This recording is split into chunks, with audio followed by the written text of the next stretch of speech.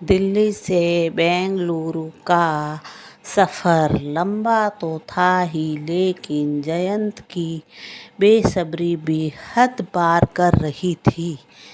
3 साल बाद खुशबू से मिलने का वक्त जो नज़दीक आ रहा था।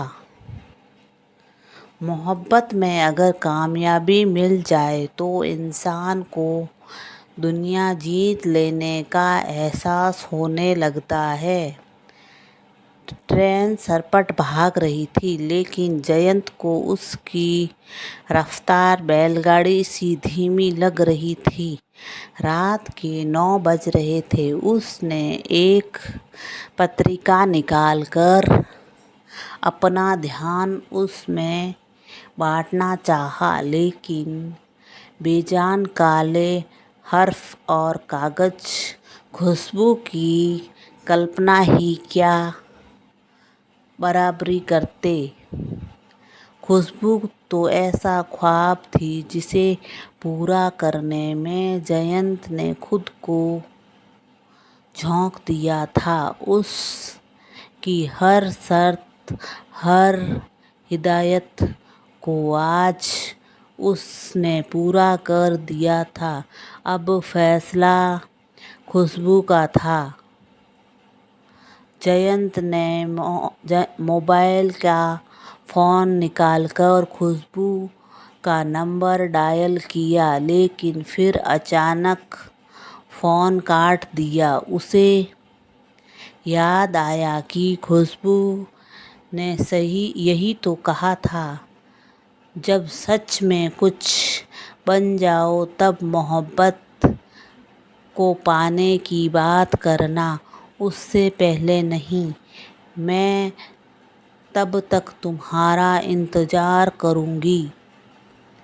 मोबाइल फ़ोन वापस जेब के हवाले कर जयंत अपनी बर्थ पर लेट गया।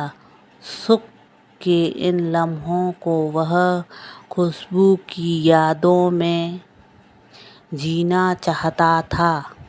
5 साल पहले जब जयंत दिल्ली आया था तो वह कुछ बनने के सपने साथ लाया था, लेकिन दिल्ली की फिज़ाओं में उसे खुशबू क्या मिली। जिंदगी की दशा और दिशा ही बदल गई। जयंत ने मुखर्जी नगर दिल्ली के एक नामी इंस्टीट्यूट में प्रतियोगी परीक्षाओं की तैयारी के लिए दाखिला लिया तो वहाँ पढ़ाने वाली मैडम खुशबू का जादू पहली नज़र में ही प्यार में बदल गया। भरा भूरा बदन और बेहद खूबसूरत झील सी आँखें, घुंघराले लंबे बाल, बदन का हर अंग ऐसा कि सामने वाला देखता ही रह जाए। जयंत ने खुशबू से बातचीत शुरू करने की कोशिश की। क्लास में वह अक्सर मुश्किल सवाल रखता, पर खुशबू की सब्जेक्ट पर गजब की पकड़ थी। जयंत उसे कभी अटका नहीं पाया, लेकिन जब उसमें भी बहुत खूबियाँ थीं, इसलिए खुशबू उसे स्पेशल समझने लगी। उस दिन क्लास जल्दी ख़त्म हो गई। खुशबू ने जयंत को रुकने का इशारा किया। थोड़ी देर बाद वे दोनों एक कॉफ़ी हाउस में थे और वहाँ कहीं अनकहीं बहुत सी बातें हो गई। नज़दीकियाँ बढ़ने लगी तो समय पंख लगाकर उड़ने लगा। एक दिन मौका देखकर जयंत ने खुशबू को प्रपोज भी कर दिया, लेकिन खुशबू ने वैसा जवाब नहीं दिया जैसी जयंत को उम्मीद थी। खुशबू की बहन की शादी थी। उसने जयंत को न्योता दिया तो जयंत भला ऐसा मौका क्यों छोड़ता।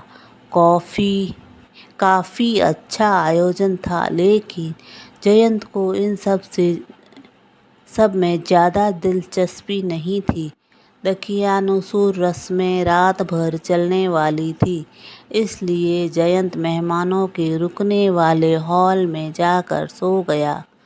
लोगों की आवाज़ें वहाँ भी आ रही थी। सब बाहर मंडप में थे। रात में अचानक किसी की छुअन की गर्माहट से जयंत की नींद खुली। हॉल की लाइट बंद थी, लेकिन अपनी चादर में लड़की की छुअन वह अंधेरे में भी पहचान गया था। खुशबू इस तरह उसके साथ, ऐसा सोचना भी मुश्किल था, लेकिन अपने प्यार को इतना करीब पाकर कौन मर्द अपने आप पर कंट्रोल रख सकता है। चंद लम्हों में वे दोनों एक दूसरे में समा जाने को बेताब होने लगे। खुशबू के चुंबनों से जयंत को मदहोश कर दिया। अपने करीब खुशबू को पाकर जैसे उसे जन्नत मिल गई। तूफान थमा तो खुशबू वापस शादी की रस्मों में शामिल हो गई और जयंत उसकी खुशबू में डूबा रहा। कुछ दिन बाद ऐसा ही एक और वाकया हुआ। तेज बारिश थी। मंडी हाउस से गुजरते समय जयंत ने खुशबू को रोड पर खड़ा पाया। जयंत ने फौरन उसके नज़दीक पहुंचकर अपनी मोटरसाइकिल रोकी। दोनों उस पर सवार हो इंडिया गेट की ओर निकल गए। खुशबू को रोमांचक जिंदगी पसंद थी, इसलिए वह इस मौके का लुत्फ़ उठाना चाहती थी। बारिश का मज़ा रोमांच में बदल रहा था। प्यार में सराबोर वे घंटों सड़क पर घूमते रहे। जयंत और खुशबू की कहानी ऐसे ही आगे बढ़ती रही कि तभी अचानक इस कहानी में एक मोड़ आया। खुशबू ने जयंत को ग्रैंड होटल में बुलाया। डिनर की यह पार्टी अब तक की सब पार्टियों से अलग थी। खुशबू की खूबसूरती आज जानलेवा महसूस हो रही थी। आज तुम्हारे लिए स्पेशल ट्रीट जयंत, मुस्कुराकर खुशबू ने कहा। किस खुशी में? जयंत ने पूछा। मुझे नई नौकरी मिल गई बेंगलुरु में, असिस्टेंट प्रोफेसर की। जयंत का दिल टूट गया। खुशबू को सरकारी नौकरी मिल गई थी। इसका मतलब उसकी जुदाई भी था। जयंत ने दुखी लहजे से खुशबू को उसकी जुदाई का दर्द कह सुनाया। खुशबू ने मुस्कराते हुए कहा, वादा करो तुम पहले कंपटीशन पास करोगे, नौकरी मिलने के बाद ही मुझसे मिलने आओगे।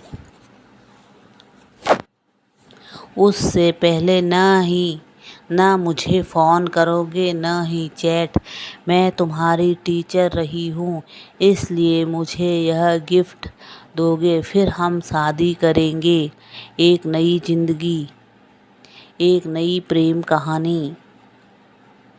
मैं तुम्हारा इंतज़ार करूँगी। 3 साल का समय बस तुम्हारी यादों के सहारे निकाल लूँगी। अचानक से सब कुछ खत्म हो गया। धीरे धीरे समय बीतने लगा। जयंत ने अपना वादा तोड़कर खुशबू को फ़ोन भी किया, लेकिन उसने मीठी झिड़की से उसे पढ़ाई पर ध्यान देने को कहा। जयंत को भी यह बात चुभ गई। अब पूरा समय वह अपनी पढ़ाई पर देने लगा। प्यार में बड़ी ताकत होती है, इसलिए मोहब्बत की कशिश इंसान से कोई भी काम करा लेती है। जयंत को भारतीय सर्वेक्षण विभाग में अच्छी नौकरी मिल गई। अब खुशबू को पाने में कोई रुकावट नहीं बची थी। जयंत ने अपना वादा पूरा कर लिया। अचानक ट्रेन रुकी तो जयंत की नींद खुली। सुबह होने को थी। बेंगलुरु अभी दूर था। जयंत दोबारा आंखें मूंदे हसीन सपनों में खो गया। ट्रेन जब बेंगलुरु पहुंची तब तक शाम हो चुकी थी। जयंत ने खुशबू को फ़ोन मिलाया, लेकिन फ़ोन किसी अनजान ने उठाया। वह नंबर खुशबू का नहीं था। उसका नंबर अब बदल चुका है। दूसरे दिन वह मालूम करता हुआ खुशबू के कॉलेज पहुंचा। लाल गुलाब और खुशबू के लिए गिफ्ट से भरे बैग जयंत के हाथों में लदे थे। वैसे भी जयंत को खुशबू को उपहार देने में बड़ा सुकून मिलता था। अपनी पॉकेट मनी बचा बचा कर वह उसके लिए छोटे छोटे गिफ्ट लाता था, जिन्हें पाकर खुशबू बहुत खुश होती थी। खुशी से लबरेज जयंत कॉलेज गया। खुशबू के रूम में पहुंचा तो जयंत को देखकर वह उछल पड़ी। मिठाई का डब्बा आगे कर जयंत ने उसे खुशखबरी सुनाई। खुशबू ने एक टुकड़ा मुंह में रखा और जयंत को शुभकामनाएं दी। जयंत में सब्र कहाँ था। उसने आगे बढ़कर उसका हाथ थामा और चुंबन रसीद कर दिया। प्लीज़ जयंत, यह सब नहीं, प्लीज़ रुक जाओ। अचानक खुशबू ने सख्त लहजे में जयंत को टोकते हुए रोका। लेकिन यार, अब तो मैंने अपना वादा पूरा कर दिया है, तुमसे मेरी शादी। निराश जयंत ने पूछा। सॉरी जयंत, प्लीज, मैंने शादी कर ली है। अब यह सब बातें तुम भूल जाओ। क्या भूल जाऊं? मतलब?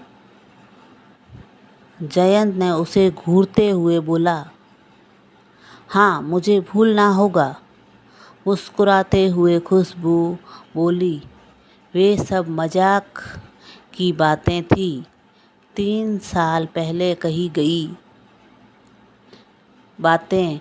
अब इतने दिन बाद तुम्हें तो मुझसे भी अच्छी लड़कियां मिलेगी। मुस्कुराते हुए खुशबू बोली। जयंत उल्टे पैर लौट पड़ा। लाल गुलाब उस के भारी कदमों के नीचे कुचल रहे थे। मजाक की बातें शायद 3 साल में ख़त्म हो जाती, माने खो देती है। जयंत समझने की नाकाम कोशिश करने लगा।